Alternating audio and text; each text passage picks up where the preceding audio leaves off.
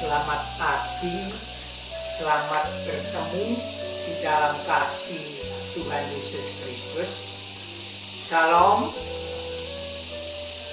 Pada hari ini kita seharusnya beribadah di gereja karena kita memperingati yang namanya Jumat Agung atau kematian Yesus Kristus.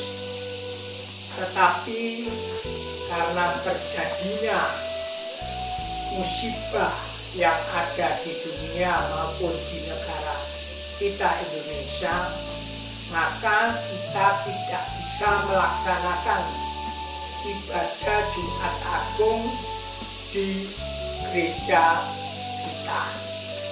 Untuk itu saya berharap saudara-saudara sekalian tidak merasa kecewa atau berputus asa, karena kita pun dapat beribadah di rumah masing-masing, baik secara pribadi maupun keluarga.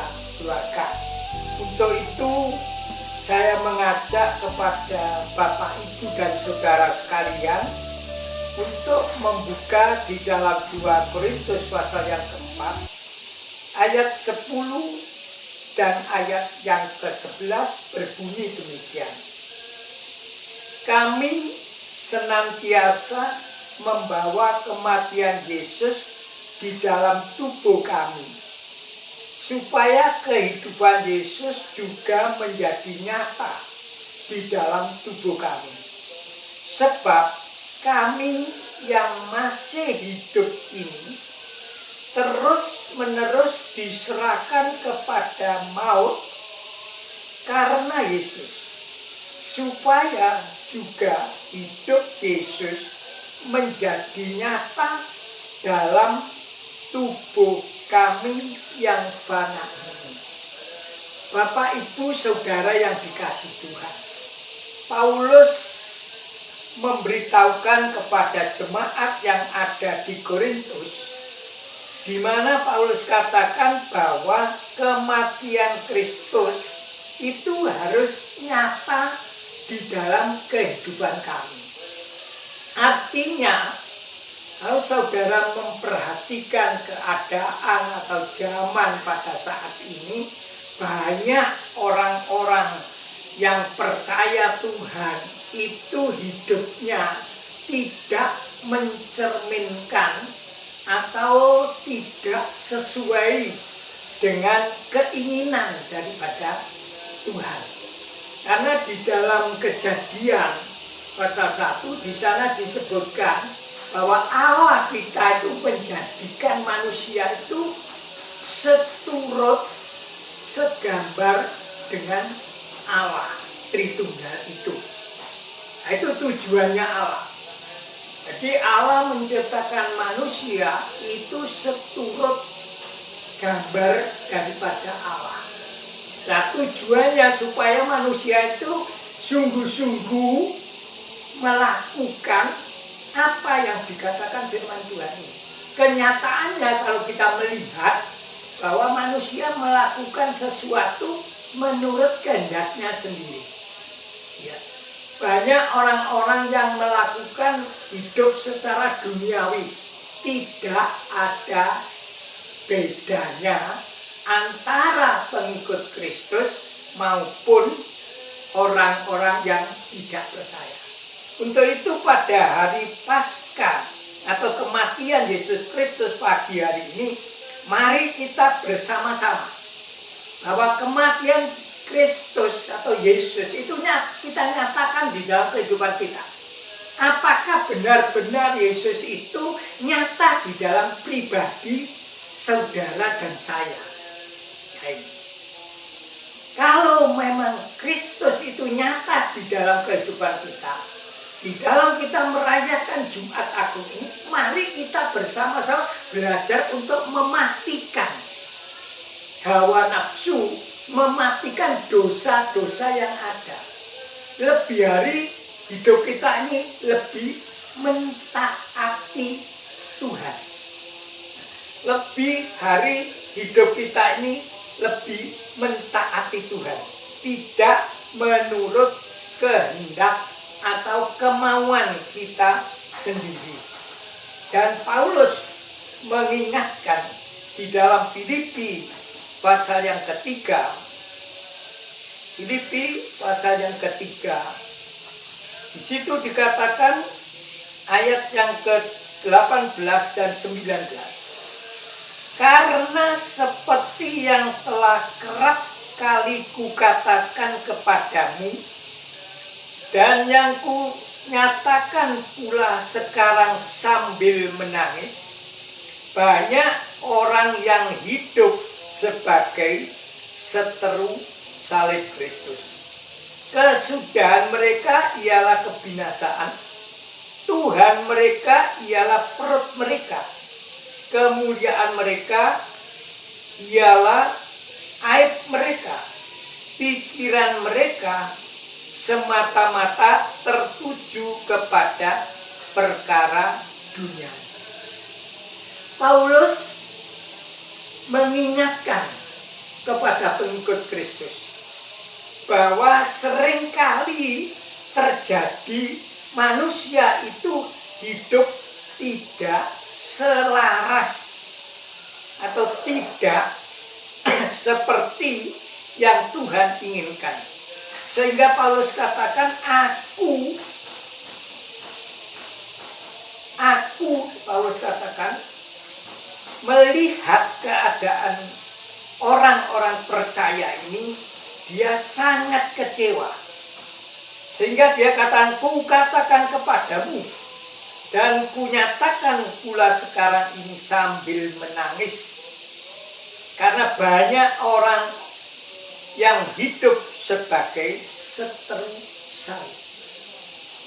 Jadi banyak orang Kristen yang menjadi seteru. Di dalam kata seteru itu musuh. Memusuhi. Ya. Hidupnya itu tidak sesuai dengan kehendak Tuhan, malah berlawanan. Ya seharusnya hidup itu mencerminkan Kristus.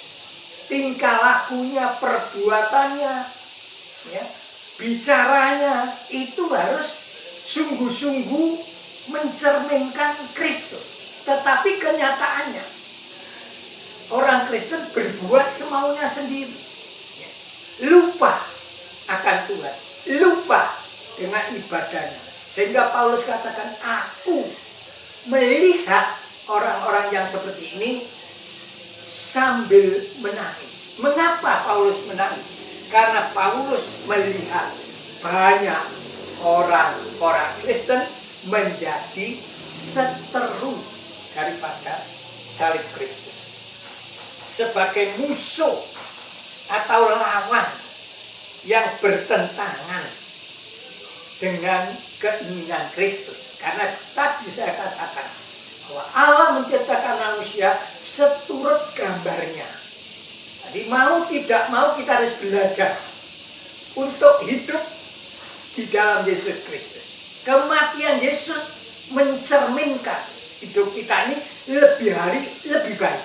Jangan sampai dengan adanya virus corona yang terjadi di Indonesia khususnya, kita ini malah bermalas-malasan. Kita harus tetap beribadah kepada Tuhan secara pribadi atau keluarga. Bapak, Ibu, Saudara yang dikasih Tuhan. Dan di dalam ayat 19 mengatakan, kesudahan mereka adalah kebinasaan. Tuhan mereka ialah perut mereka. Kemuliaan mereka ialah aib mereka. Saudara, apa yang dikatakan oleh Paulus? Bahwa Tuhan mereka itu adalah perut. Artinya apa? Bahwa manusia itu hanya mencari harta benda. Ya, mencari untuk makanan minuman yang ada. Maka terjadilah pesta. Ya, dan macam-macam. Itu terjadi. Sehingga manusia lupa kepada Sang Pencipta. Lupa kepada kematian Yesus Kristus. Padahal kematian Yesus Kristus itu membawa kehidupan bagi saudara dan saya. Jelas sekali kata Paulus katakan bahwa Tuhan mereka adalah berbeda bagi orang yang percaya tetapi tidak melakukan perintah-perintah firman Tuhan. Bahkan lebih lagi dikatakan di dalam bagian B, di situ dikatakan bahwa kemuliaan mereka adalah aib mereka. Memalukan, dikatakan. Aib itu memalukan. Memalukan Tuhan kalau ada orang Kristen hanya nama saja sebagai orang Kristen. Ya. Namanya Kristen, tetapi perbuatan sehari-harinya itu tidak mencerminkan Kristus di dalam kehidupannya. Padahal kematian Yesus Kristus itu sangat berharga. Tanpa kematian Kristus, kita manusia tidak akan diselamatkan. Di dalam kitab Ibrani di sana dijelaskan pasal 9 ayat 22. Tanpa penumpahan darah tidak ada pengampunan dosa. Kita bersyukur karena Tuhan yang kita sembah telah menganugerahkan putranya yang tunggal Yesus Kristus. Dia mati di salib untuk apa? Untuk menebus dosa saudara dan saya. Kematian Kristus, darah Kristus itu menebus dosa saudara dan saya.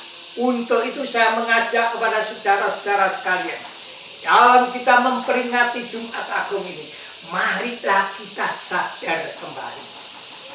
Kita sadar bahwa kematian Kristus itu semata-mata untuk pelanggaran dan dosa saudara dan saya. Tanpa kematian, kita akan binasa. Dengan kematian Kristus ini dan kebangkitannya nanti yang kita peringati, maka kita mendapat keselamatan. Untuk itu saudara dan saya, mari tengah-tengah terjadinya virus yang melanda, katakan bahwa banyak yang kena virus ini, bahkan ribuan.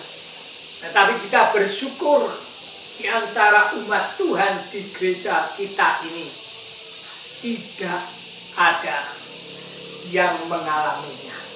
Mengapa? Karena Tuhan yang kita sembah adalah Tuhan yang luar biasa. Dia sudah berkorban untuk menebus dosa saudara dan saya. Untuk itu, mari hidup kita perbaiki. Hidup kita hari lebih baik. Jangan sampai kita dikatakan kita sebagai setru atau musuh daripada Allah. Atau kemuliaan kita, atau perbuatan kita yang kita ini tidak memuliakan Allah, tetapi malah memalukan Tuhan yang kita sembah ini. Karena kalau hal itu terjadi, maka tidak ada perbedaan, kata Paulus di Roma. Kita hidup ini tidak boleh serupa dengan orang-orang dunia, tetapi perbaruilah hatimu dari hari ke hari. Itu ada bedanya di situ. Untuk itu, mari pagi hari ini kembali kita menyadari yang jalannya kurang baik. Mari kita coba kembali berjalan sesuai dengan kehendak. Kalau kita punya hati yang masih bertentangan dengan kehendak Tuhan, mari kita belajar mentaati akan perintah Tuhan. Terlebih tahun ini gereja kita memiliki tema tentang ketaatan. Mari kita hidup lebih taat kepada Tuhan, kepada sesama pimpinan-pimpinan gereja, termasuk taat kepada sesama. Itulah renungan singkat pada pagi hari ini. Kembali dan mengajak kepada saudara-saudara sekalian, mari kita belajar bersama-sama hidup sesuai dengan apa yang diinginkan oleh Kristus. Dan seperti yang saya katakan di dalam tema kita pagi hari ini, kematian Yesus adalah hidup kita. Tanpa kematian, kita tidak memperoleh hidup selama-lamanya nanti di dalam kerajaan surga. Terima kasih, Tuhan memberkati. Amin.